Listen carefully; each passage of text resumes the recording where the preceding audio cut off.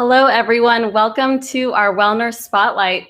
My name is Charlene Platon, CEO and co-founder of WellNurse, and we are so excited to present this event to you today. This is our very first LinkedIn Live event, and so we are extremely excited. We are really honored to present our guest speaker for today. His name is Keith Carlson, and Keith Carlson is a registered nurse. He's a career coach, writer, podcaster, social media influencer, motivational speaker, popular career columnist, and award-winning nurse blogger. His message of savvy career advice for nurses has been featured by nurse.com, nurse.org, Working Nurse Magazine, American Sentinel University, Multi-Briefs Nurse Service, Staff Garden, American Nurse Today, nursingce.com, among many others.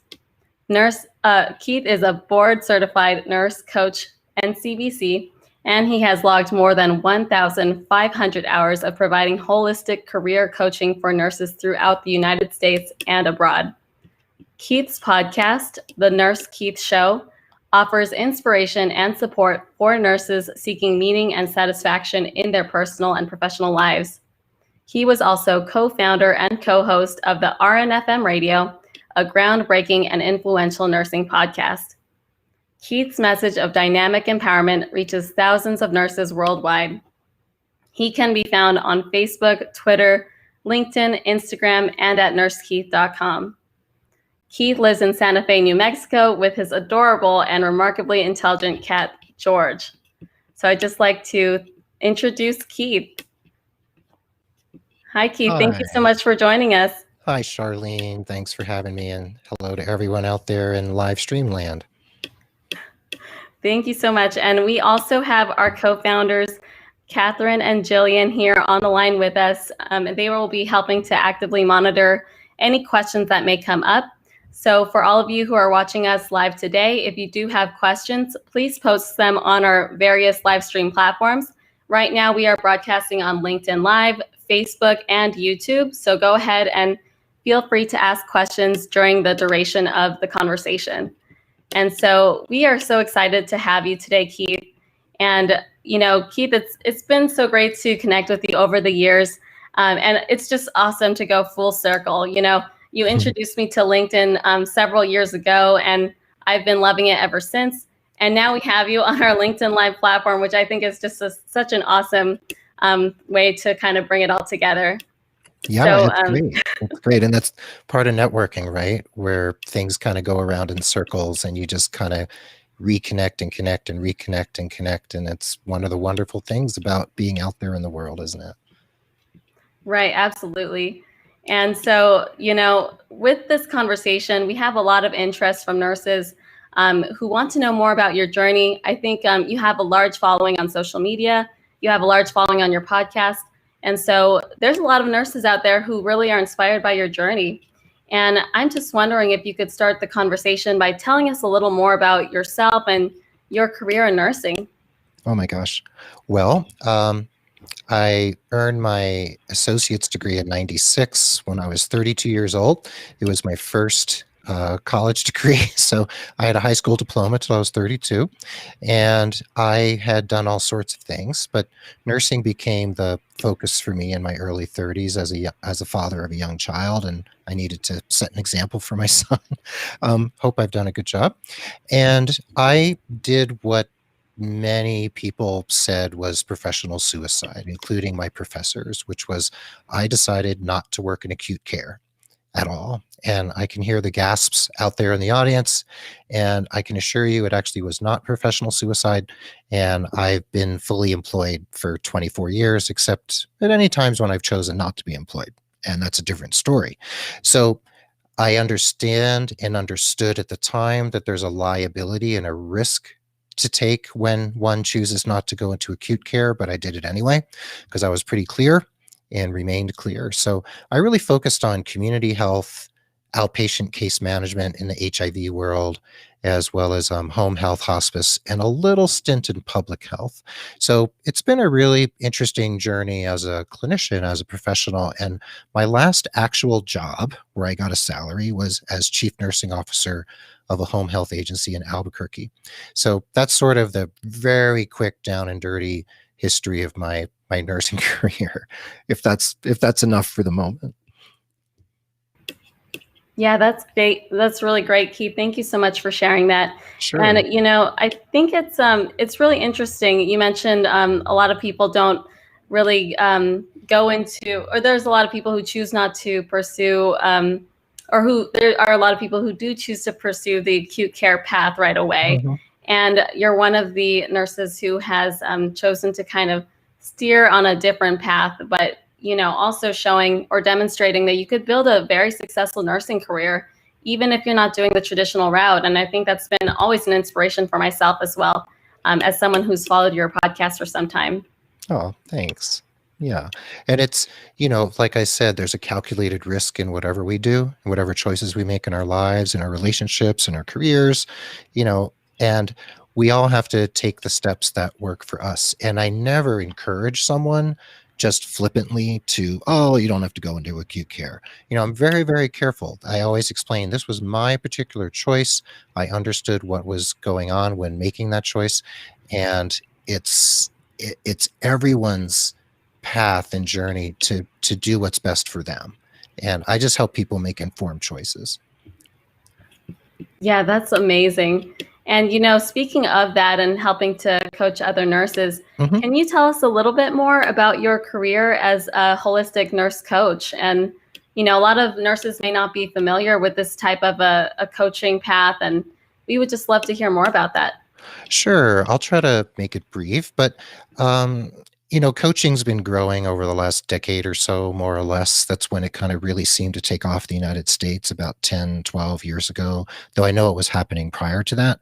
And I became aware of it. And I did some like little classes and weekend certifications and stuff. And I kind of realized, yeah, there was definitely something in this for me, though I was still working relatively full time at the time.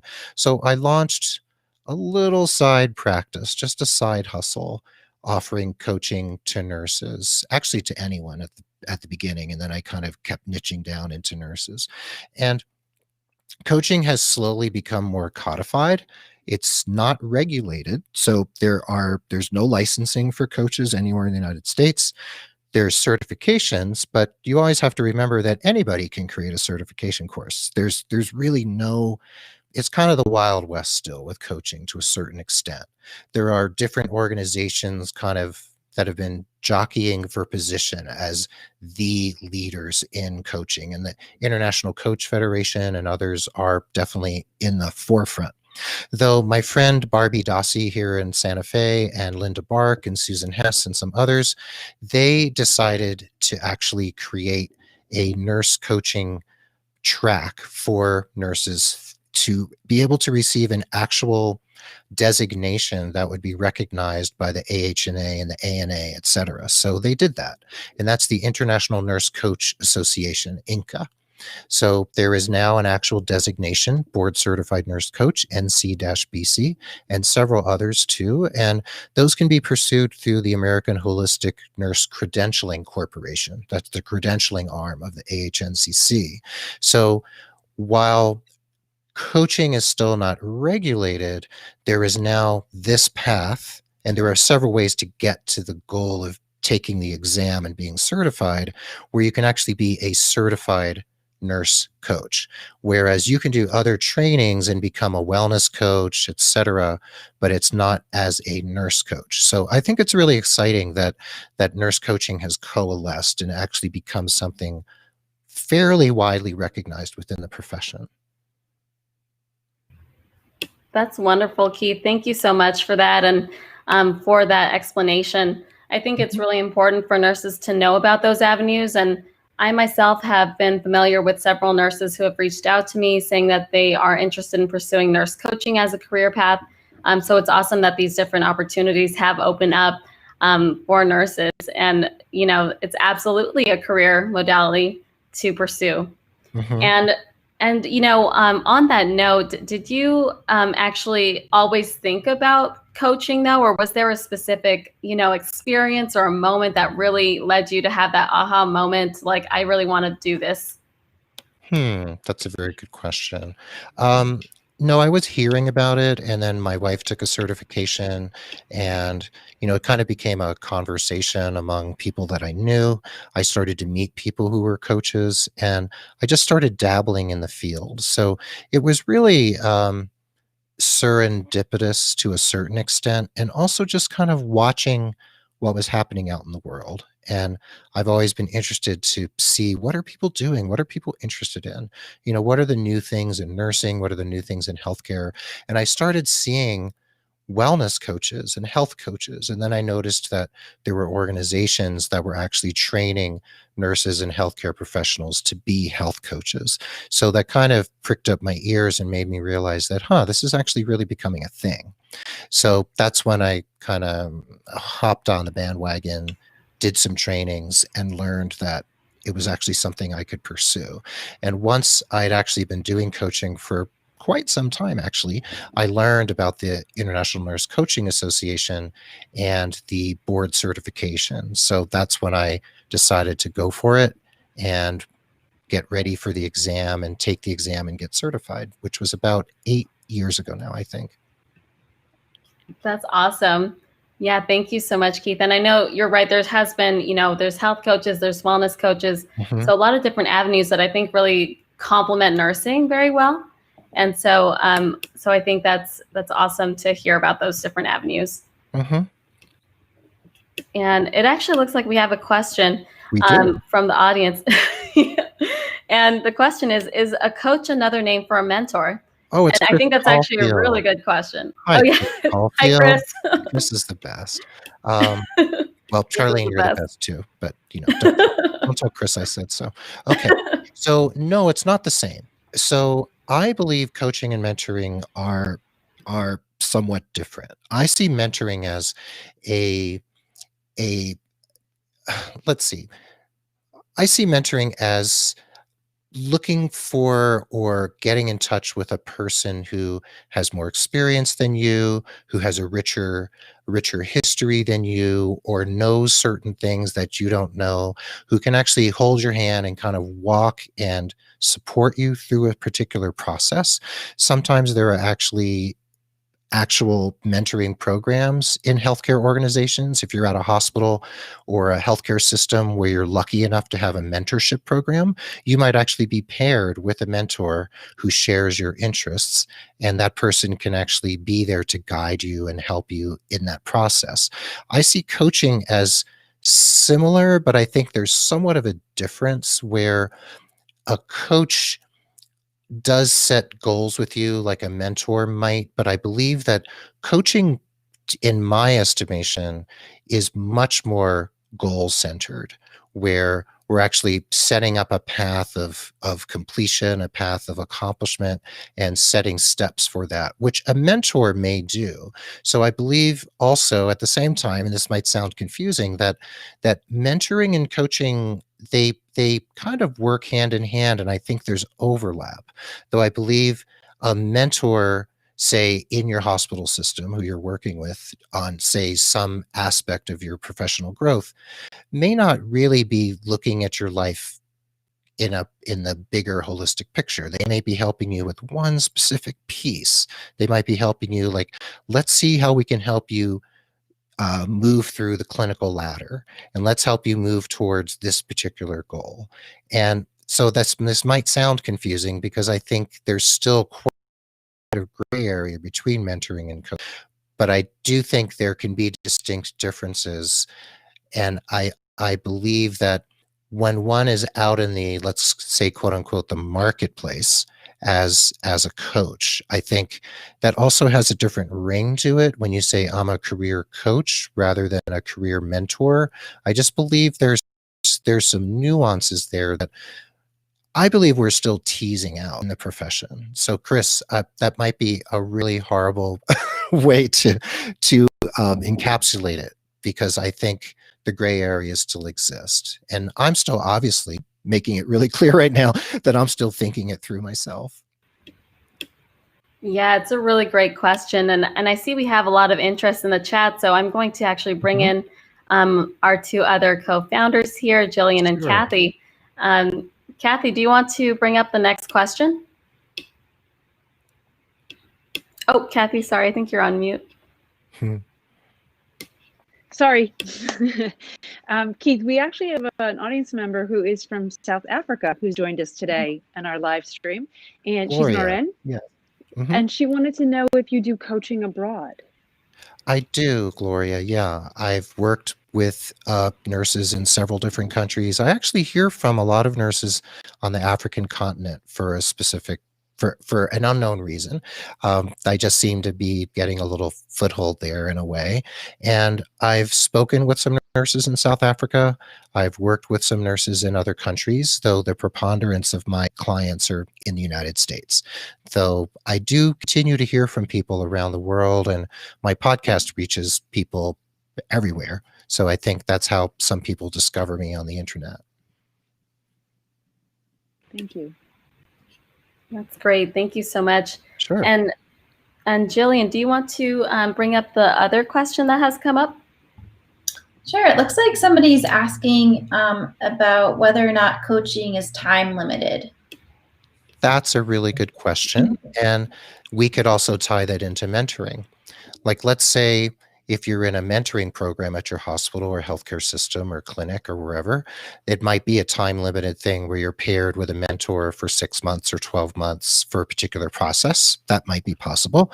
And in coaching, it is often time limited because it's, from my perspective and from my practice, it's a business. And when I engage with a client for coaching, we decide on a package of coaching, and that package generally has some sort of time orientation to it. So that definitely puts a limit on the coaching. And there are coaches out there who actually offer what we might consider, what would you call it? Sort of like the nurses and doctors out there who do concierge medicine, where you pay a monthly fee and you have access to that doctor or nurse 24/7, for an ongoing basis. So certain coaches do offer concierge type coaching where you pay a retainer and they're there for you over the long term. And I have not done that with anyone per se, though I would be open to that. But in general, in my practice, it is time limited. Though people are always welcome to sign up again for another package. That's great. Thank you so much, Keith. And it's great to see so much interest in the coaching. And we do have some other questions too. And Kathy, could you ask the question from Tasha? Oh, sure. So this question actually is, can you speak about the limitations to coaching to people only in the states or countries you are licensed?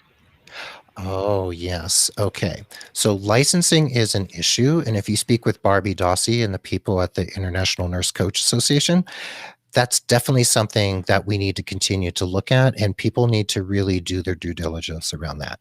So when you're doing health coaching, when you're really coaching someone on nutrition or the medications or anything that's still within your nursing scope of practice, according to the rules from the International Nurse Coaching Association, that you really should, quote unquote, I'm saying should, practice with clients who are in the state or states where you are licensed.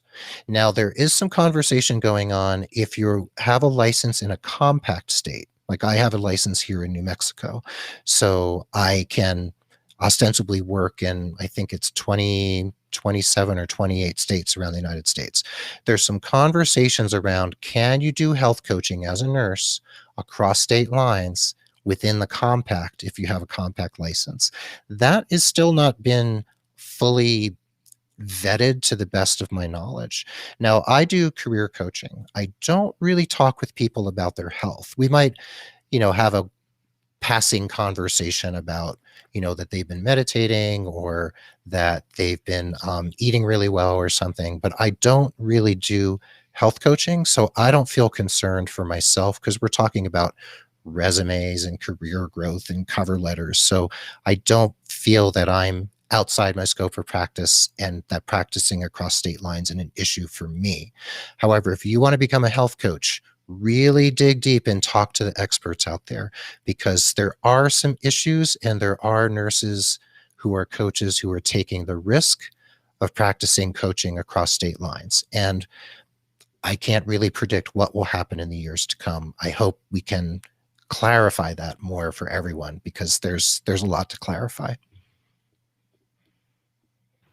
Great, thank you so much. And that's a really great question about coaching. Really awesome questions and engagement from the audience today. And Jillian, there's a question from Gloria, if you'd like to read that one. Yeah, so Gloria is asking, where do you begin when, say, for example, she might say, I don't know my goals, but I want to change. Where would you start? Oh my gosh. Okay. That's a great question, Gloria. And that's actually what a lot of nurses come to me with. They say, I just feel like I need a change. And honestly, that's how I was feeling about 5 or 6 years ago, when I really was feeling like, I feel like I need to move towards being 100% self-employed. I don't quite know how to fully get there.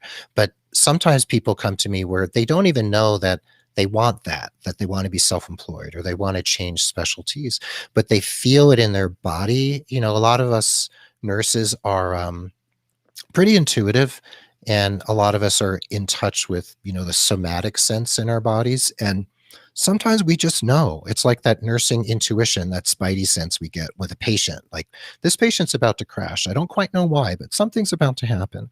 So we can feel that in our lives, we can feel it in our relationships, and we can feel it in our careers. So the first thing I like to do with clients is I ask them a lot of open-ended questions. And I like to explore the things that make them happy, the kind of lifestyle they will live, and the kind of lifestyle they want to live. If they feel like they need a change, like a geographic change, I like to explore, is you looking for a geographic cure, or is there really something about moving to another country or another state or province that is kind of lighting your fire right now?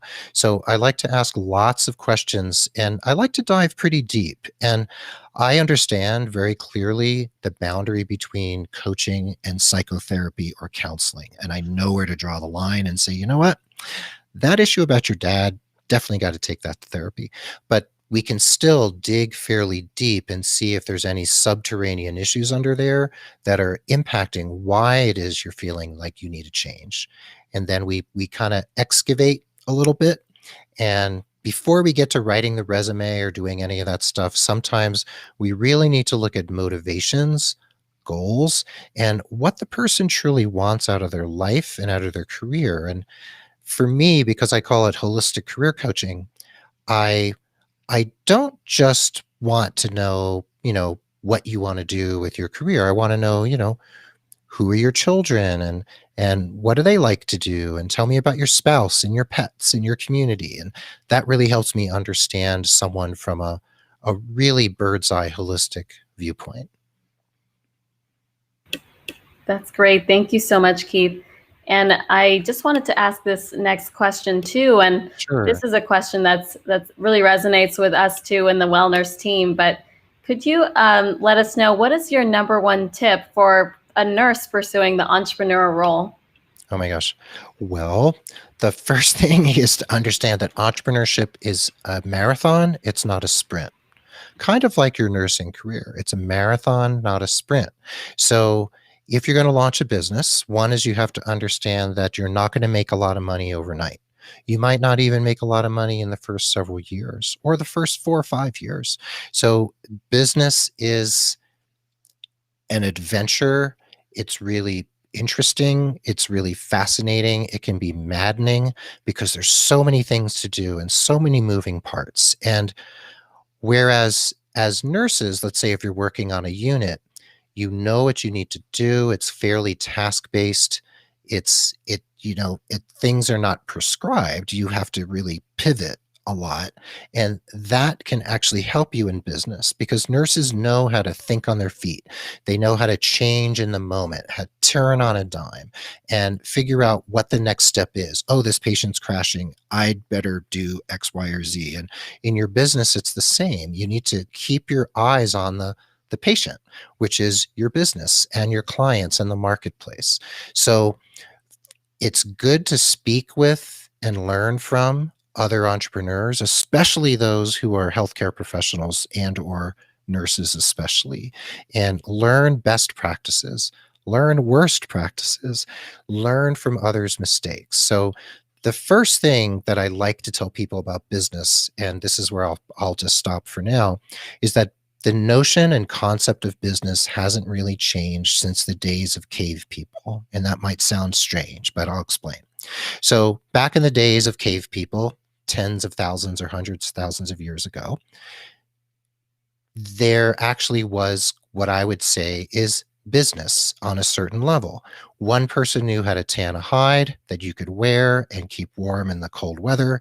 Another person knew how to, let's say, hunt and take a bone and turn it into a weapon or a utensil. Those two people exchanged, they bartered their services or products with one another because each one was able to solve a problem for the other person, a problem they needed solved. So business has not changed, though now we exchange money usually rather than bartering. So your business needs to actually solve a problem using a product or service that you come up with that a target market is willing to pay for because they want you to solve that problem for them. So that's how I explain the basics of business. And that's one of the first things is you need to explore is, do I have a solution for a problem that someone would be willing to pay me for? And then you figure out who those people are and then how to reach them. So those are some of the very, very basic pieces I start with when someone comes to me to ask about entrepreneurship and business. That's great. Thank you so much, Keith. A lot of great pearls that you shared in that answer. And I know that nursing entrepreneurship has become such a big topic in the last year or so. And it's just wonderful to see so many more entrepreneurs, nursing entrepreneurs pursuing that path. Absolutely. Many, many, many, countless at this point. Yeah, it's amazing. And we have another question about coaching. Kathy, would you mind reading this question? Oh, absolutely. Gloria has another follow-up question she wanted to ask. She wanted to know how long your sessions last for, and have you ever had a client come back for re-coaching that you coached before? Oh, good questions. Wow, Gloria's like spot on today. Thanks, Gloria.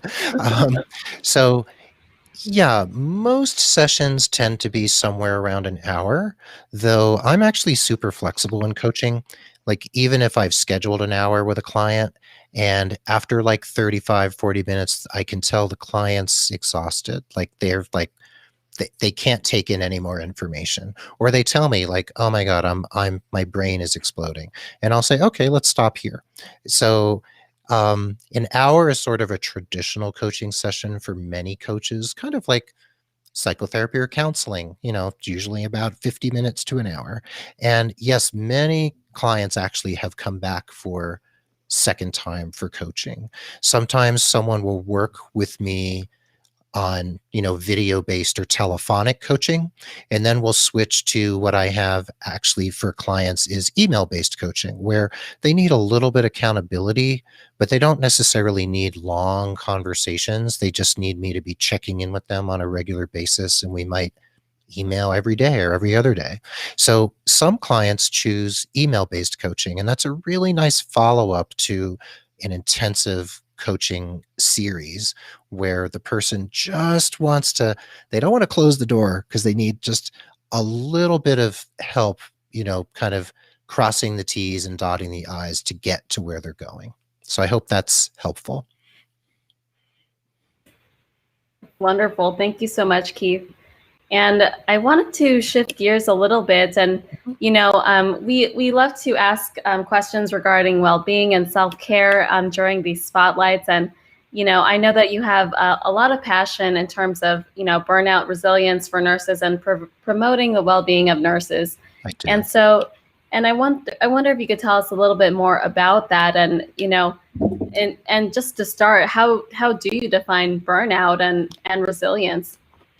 Oh boy. Well, burnout manifests in different ways for different people. And there are evidence-based definitions of burnout, which I do not have at my fingertips at the moment. I don't want to wander away from this tab on my computer to look it up. But I believe burnout manifests in particular ways. I actually burned out a number of years ago and had to, had to really work hard to overcome it. So it can actually manifest physically, relationally. It can manifest in terms of just deep, deep unhappiness at a soul level. It can also manifest as a symptom, might be compassion fatigue or compassion fade, where you're just not feeling much for your clients and patients anymore, and you can't really understand it. And there's another term that is bandied about a lot, which is depersonalization, where you're just not feeling much. You're just sort of cut off. There's sort of a numbness that comes over you. So for me personally, it manifested as extreme fatigue, um, codependence with a number of my patients, actually. That's a long story, but really just getting to the point where I felt like my patients were living in my head. My clients were just there all the time, and I couldn't extricate them. And it was impacting my personal life, my marriage, my relationships, my ability to care for myself, and my ability to feel that I had any room in my life to take care of myself or experience joy. So burnout can manifest in different ways, though those are some of the symptoms that I experience that I've seen in others. And my friend Carol Gino, who's a well-known nurse, she wrote a book called A Nurse's Story back in the 80s. It was a very, very popular best-selling book. It's a New York Times bestseller, actually. And she calls compassion fatigue soul drought, where the nurse's soul actually feels like it's parched. It's completely parched, and it can't, there feels like there's nothing left, like the gas tank is empty or the battery is run out. And I also see a term that I've used somewhat is emotional depletion, where it just feels like your emotional, the buoy of your emotional health and well-being is just kind of gone, and you're kind of set adrift in a way, to continue that metaphor, where you just feel like you've lost sight of yourself and who you are and why you're doing what you're doing, and your career and your work and even your personal life starts to kind of really lost its luster. And that's how I could encapsulate it really quickly here. Right. And I think that you emphasize a lot of great points about burnout. There are physical manifestations of it, there's mental, and just overall a shift in how you go about your career, your personal life, and even passions. And one person had asked, you do help others to get in touch with their passions, and what are some of yours, and how has this helped you with your journey with burnout? Wow. Okay. So passions. My passions these days, one is revolving around art. I've been doing visual art again. I was a art student and dropped out of a couple art schools back in the early 80s as a young man. So visual arts has slowly been seeping its way back into my life after a long drought. Speaking of the word drought, I actually have passion for relationships. I am a highly relational person, even though I'm also somewhat introverted at times. I'm actually somewhat of an ambivert. I can be both an extrovert and introvert, though I feel that relationships are so central to my life. My relationships with my colleagues, with my clients, and with my friends and my family, that I'm actually quite passionate about how important it is to maintain relationships and keep in touch with people and maintain open communication. And I'm very passionate about making sure that I allow time in my life for things outside of work, though I do work quite a bit. I do spend a lot of time working, and I catch myself sometimes that haven't taken a break, haven't had a meal, haven't gone for a walk, haven't called a friend. So one of my passions actually is helping my clients and helping people in my general world and my sphere is recognize when you actually need to take a step back. And I'm not speaking from some soapbox where I'm this perfect person. I recognize my own struggles. I recognize my failings and my failures and my weaknesses and my blind spots, and I talk about them freely on my podcast. And I'm happy and open to talk about those things. So I'm passionate about helping myself to walk my talk as best as I can, even though I realize that sometimes I don't. And sometimes other people have to call me out on that because sometimes I fall off the wagon myself. Right. Thank you so much, Keith. And you actually brought up a lot of great points there. And I'm also a fellow ambivert and someone who loves relationship building. And Right. and that is something that really helps, me personally too, is connecting with others, helping others.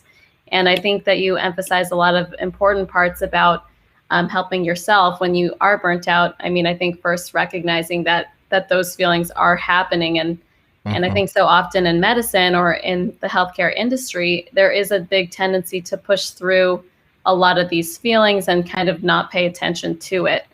And I wonder, could you tell us some other types of ways that you've effectively handled burnout, and maybe what's worked really well for you or some of your other clients when helping them through this? When I was first really manifesting very intense symptoms of burnout, well, like I said, affecting relationships, family, work, the ability to even experience joy, it was my wife who actually pulled me out. She basically grabbed me by the scruff of my neck and said, "You know what? You got to quit that job." So that's actually what I did. And it was due to her being assertive enough to say, "You know what? Something's really wrong and you need to change this really quick because it's going to have long-term consequences for you emotionally, physically, and otherwise." And I think it had already embedded itself in my body and psyche in many ways. So like I said, she grabbed me and said, "You know what? This has got to change." And I really did change it thanks to her. And I took a job close to home. It was kind of a cushy job as a public health nurse in my little town where we lived in New England. And I could bike to work or take the bus, and completely changed the paradigm of my life. And that's what started me on this course to be able to even consider becoming self-employed. So it was thanks to her that shift took place at all. So when I'm looking at other people's lives with my clients, we really need to dig deep. Like I said earlier, we need to look at the subterranean rivers of emotion and feeling and history that are flowing underneath someone's career.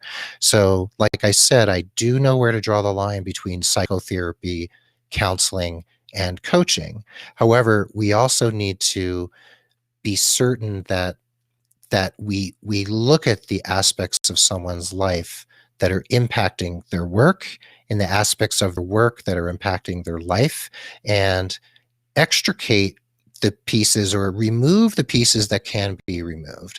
Like, you've been working in the ICU so many years. Maybe it's time to do some home health, or maybe it's time to take a little step back, or maybe your spouse can step up and earn more and you can go part-time. So there's lots of little tips and tricks for recovering from burnout. But the first thing, you start with the nursing process. And if there's any nursing students listening, they're probably rolling their eyes, but you start with assessment, and then you go to diagnosis and then planning. So you have to start with an assessment in order to really go deep as the client is willing, and figure out what's going on, and then find avenues out of that dark place. And I actually just saw that question asked about getting in touch with your passions and recovering from burnout was actually from my wife, Mary Rees. Hi, Mary. That's great. Thank you so much, Keith. And you did share a lot of great pearls there. And And I do think, burnout is such a prevalent part of our healthcare industry today, especially with everything happening out in the world, as we all know, in this new normal. And I'm wondering too what your thoughts are in terms of, because you mentioned nursing students, and I wonder for new to practice nurses or for nursing students, do you feel that currently they are emotionally equipped or to practice in healthcare, or do you think that there's something missing that we could fill with that gap? I can't say that they're emotionally equipped or not emotionally equipped, because that's really that's an individual situation. And we have new to practice nurses who are in their 20s, just out of nursing school from high school. We have some new to practice nurses who are my age, who are in their mid 50s. So we can't say that they're emotionally or not emotionally equipped. What we can say is that everybody brings to their practice and their career all the baggage behind them, whatever has gone on in their lives, their childhood, their adolescence, their marriage, their relationships, their health, their mental health. Everything comes along with them. It's kind of like when, like I mentioned, the geographic cure, that notion of, oh, I'm going to move across the country, everything will be great. Everything that you've been carrying with you, all your baggage, gets in the car with you or gets on the plane with you and comes wherever you're going. And you're still going to have to deal with it at some point, even though moving might change the paradigm for a little bit, or graduating from nursing school might be really exciting. So what I believe is that in nursing schools, to a large extent, I can't speak for every program, but what I'm hearing from new grads and what I'm hearing through the grapevine, through the ethers out there, is that nursing schools are not preparing nursing students very well for the vicissitudes and challenges of practice. They're talking to them about, documentation and task-based work, and all the things that will help them pass the NCLEX and be able to emerge from nursing school, pass the exam, get their license, and get a job. So that's great. However, I don't believe nursing schools are addressing bullying. They're not addressing incivility. They're not addressing self-care to any great extent. They might pay some lip service to self-care, but I don't believe they're preparing nurses for how challenging the world is out there right now. And I really feel for nurses who are entering the profession during the pandemic. I think that's a whole nother conversation. But I don't think our nursing schools are doing a good enough job on that kind of psycho-emotional and psycho-spiritual level. Right. Thank you so much, Keith. And I do think that there definitely could be room for improvement in preparing our nurses right from the beginning, when they're students, when they're in school. And, especially with COVID, I think that really shifts the need, or it really emphasizes the need for this work. And, and there is a question that has come up. And Kathy, do you want to share this question from Tasha? Sure. So what long-term consequences to the nursing field do you envision as a result to COVID-related burnout if we don't address nurse resiliency? And also, what is the one best thing we can do to address it, in your opinion? Great question, Tasha. And I also want to just point out to the moderators that there was another question from Gloria that we didn't get to, so maybe we can circle back to that one. So the long-term consequences of the nursing field related to COVID. Oh my gosh. Well, I believe that we are already seeing a great deal of attrition from the profession. There are nurses who are quitting. Yes, there are nurses who are hanging in there, and we bow deeply to them for their service. And I'm greatly concerned for the ones who have been slogging away in the ICUs and COVID units and ERs and all the other units, the step-down units, where they're just doing superhuman work for the last 9 months, and it looks like it's going to be quite a number of months further. So I'm quite concerned.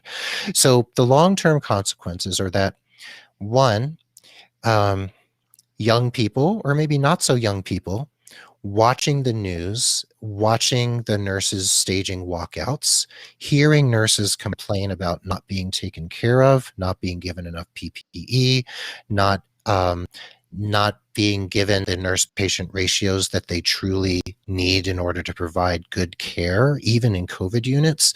I believe that is really bad PR, just to, to be a marketer, very bad PR for the nursing profession.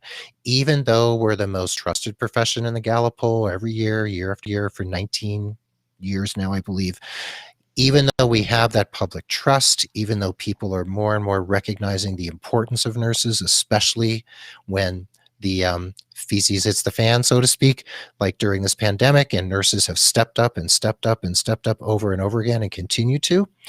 My worry is that the profession is losing people now. We're hemorrhaging nurses now.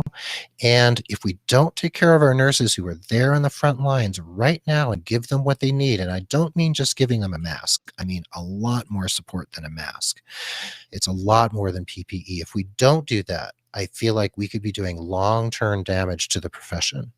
And it could scare people away. And it can also cause this undercurrent of deep secondary trauma that I believe the profession is going to really have to dig itself out of for a long time to come. So we need to address resiliency, and it's not just about telling people to go home and take a bath and light a candle and meditate, though those things are wonderful. We need to provide much, much deeper support to our nurses in order to provide for them the basis of their resiliency. And the leaders out there need to watch their nurses very, very closely over this next 6 months, 12 months, or actually the next several years.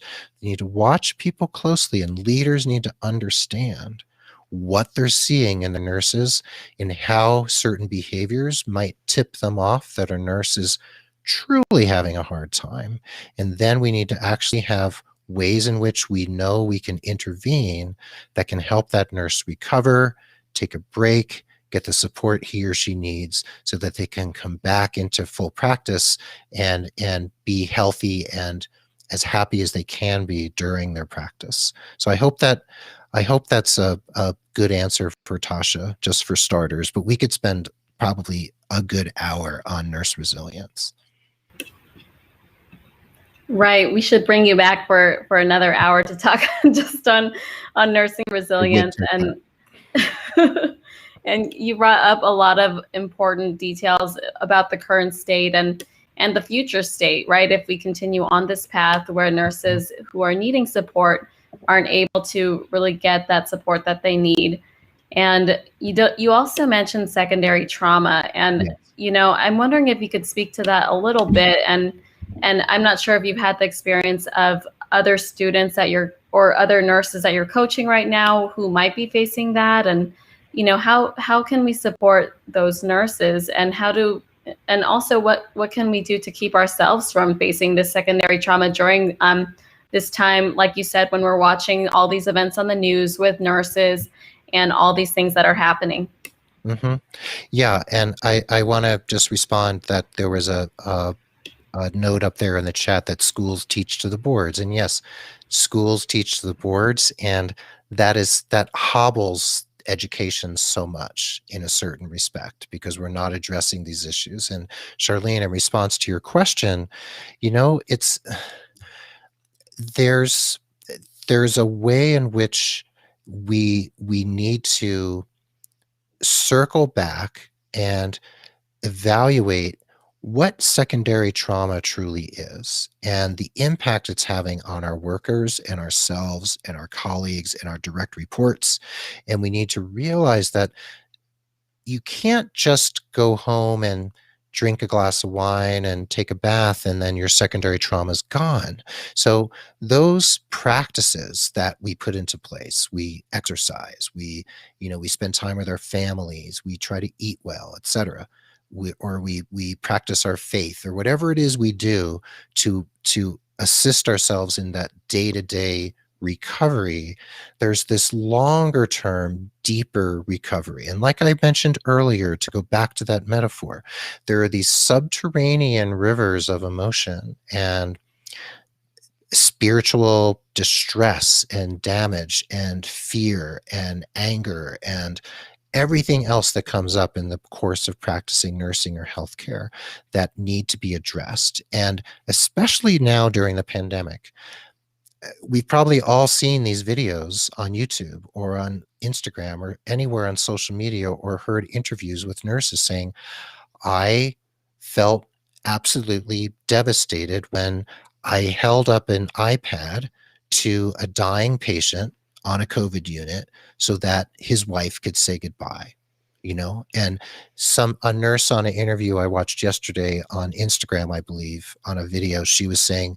that's not a way a family member should have to say goodbye, and it's not a way a patient should have to say goodbye to their family. So we have to consider, what does that nurse take home with her when she was the one holding the iPad, witnessing this tearful goodbye between the wife at home and the husband prone on the bed in the COVID unit? What does she take home with her? How is that going to impact her on a deep, deep soul level? And how are we going to rescue her when that basically implants itself in her psyche and in her body, and then starts to manifest in different symptoms? And then how do we pull her out of that and help her to heal? So that's part of how I look at secondary trauma. And the pandemic really throws into relief the ways that we have not been addressing it in nursing school and are not addressing it in our workplaces. Right. Thank you so much, Keith. And I think that you explained it beautifully, and you gave really great examples that are, this is all happening right now. And, even if you're not on the front lines, if you're a nurse, you still can be very much impacted just from what you hear about what your colleagues are going through. You don't even necessarily have to see that, but you could still feel that. So I do think it's really important to be aware of that and to be mindful of that. And thank you so much for sharing your insights on that. My pleasure. Yeah.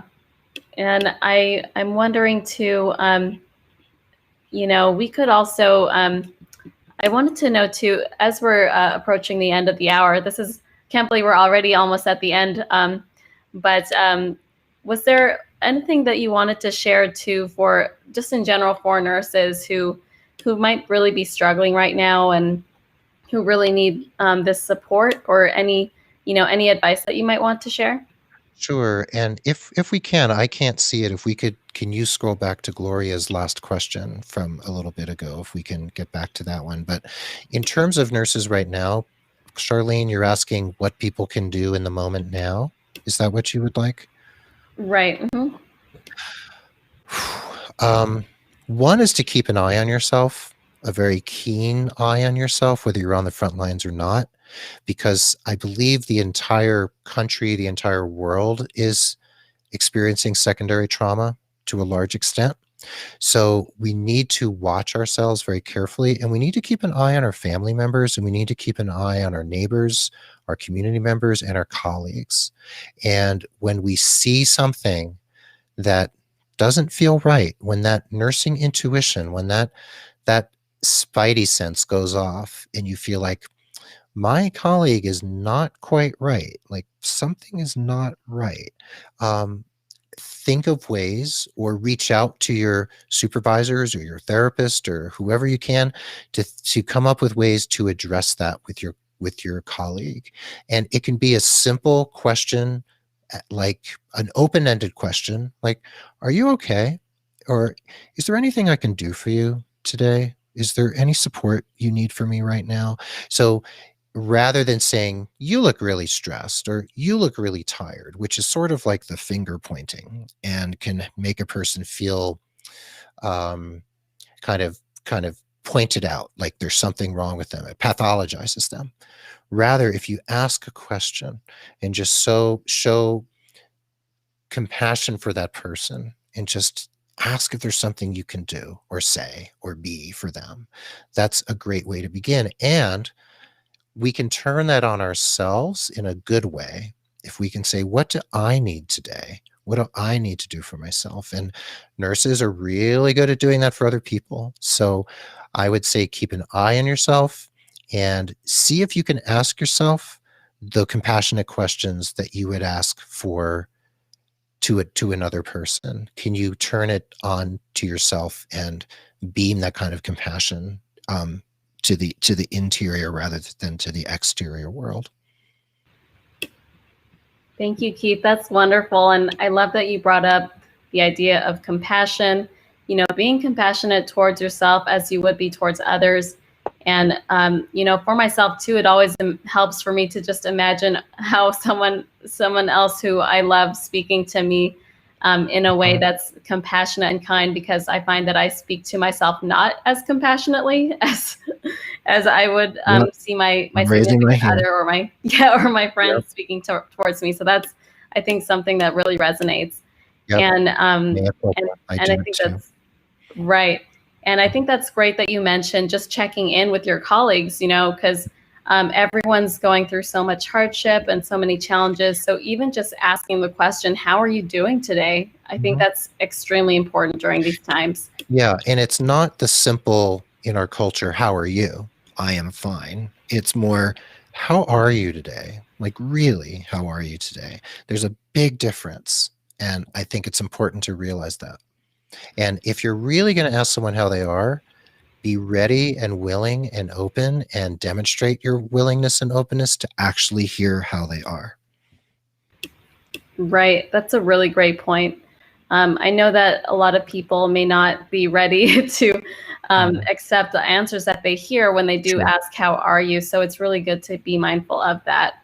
Good point. And with the last few minutes that we have, I do want to circle back to that question from Gloria. So Jillian, would you be able to read the question? I actually can't see it any longer. Are you able to? Yeah, I can see it actually. So the question is, it looks like Gloria works in both the ICU and the IPC, and she's certified to work there. So she's worked in ICU and invention, prevention and control, and she realized she loved the ICU. She is more introverted, so I think that's why it resonates more with her. But she also wants to know what's happening outside of the ICU.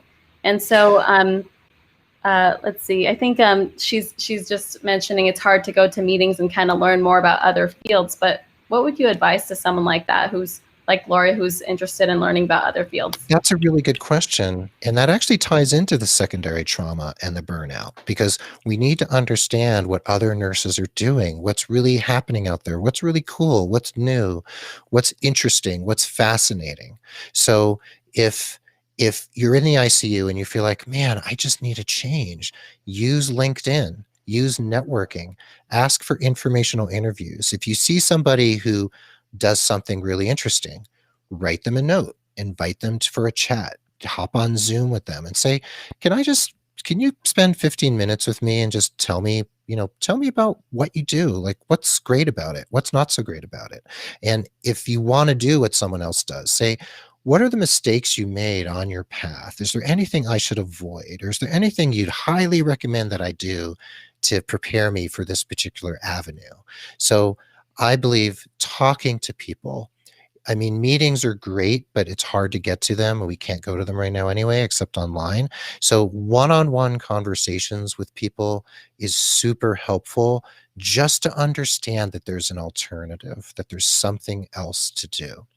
And I think in terms of secondary trauma, in terms of realizing that there are other ways to be a nurse, can help us feel less guilty for bowing out of, say, the front lines and doing something else. And survivor's guilt is a thing, but for those nurses who've been slogging it out there in the COVID units, sometimes you do need to step away and allow someone else to step in your place. And there's no shame and no blame in doing that if you have to. Right. Thank you so much, Keith. And I think that's a great summary of that question and how we could explore other fields, connecting, networking. LinkedIn is an amazing tool. You're all on LinkedIn right now watching this, or on YouTube and Facebook, but it's all part of the connection, and enables connection, especially in this time when we can't meet face to face. So lots of different avenues for that. And just one final question before we end today, but what kind of nursing experience is required to become a nurse coach? So I think you might have answered this before, but just to summarize. Adrian, there's no specific experience required to become a nurse coach other than doing coaching. There's no, requirement for having been a acute care nurse or anything like that. So if you go to the International Nurse Coaching Association, INCA, or you go to the American Holistic Nurse Credentialing Corporation website and look up the requirements for becoming a board certified nurse coach, it's pretty clear what you have to do. It's actually hours of coaching rather than what you've done as a professional nurse that matter. And there's the skills and the knowledge that are needed to pass the exam. So that's really a big piece of the nurse coaching designation, is being able to pass the exam that's been put together by brilliant exam writers, and it's constantly being revised. And there's a wonderful textbook by Barbie Dossi et al. That will guide you through the entire process. So I encourage you to look it up and talk to nurse coaches out there, because it's a pretty wonderful journey, and a lot of those skills can be used at the bedside as well. Great. Thank you so much, Keith. And we are already at the end of the hour. This was such an enlightening, eye-opening, inspiring conversation. And we really appreciate your time so much, Keith. And, we just want to say thank you for everything that you do for nurses, and, just in general for your show. And thank you so much for being here today.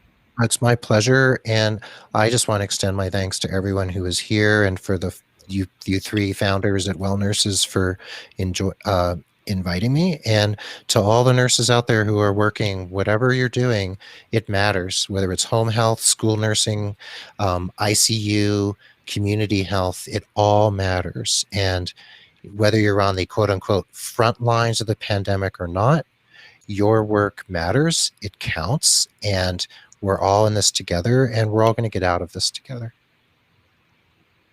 Great. Thank you so much, Keith. And where can nurses find you?